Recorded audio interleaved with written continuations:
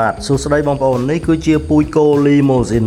ឬយើងអាចហៅតាមតំបន់នៃភូមិភាគកណ្ដាលនៃប្រទេសបារាំងគឺពូជគោលីម៉ូហ្សាំងគឺជាពូជគោសាច់ពិសេសដែលយើងអាចសម្គាល់តាមលក្ខណៈខាងក្រៅរបស់វាគឺវាមានរោមពណ៌ក្រហមឬពណ៌ក្រហមចាស់វាមានទម្រង់ខ្លួនវែងក្បាលតូចសាច់ដុំដុះច្បាស់ដែលមានប្រព័ន្ធសាច់ដុំរឹងមាំ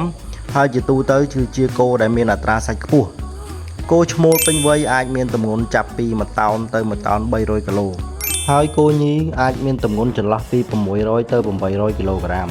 ចំពោះកូនកើតដំបូងអាចមានទម្ងន់ចន្លោះពី35ទៅ45គីឡូក្រាមជាពូជគោដែលសំយោគសាច់អាចទទួលបានទិន្នផលសាច់ចន្លោះពី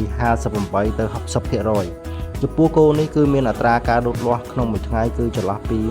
1.5ទៅ1.8គីឡូក្រាមក្នុងមួយថ្ងៃ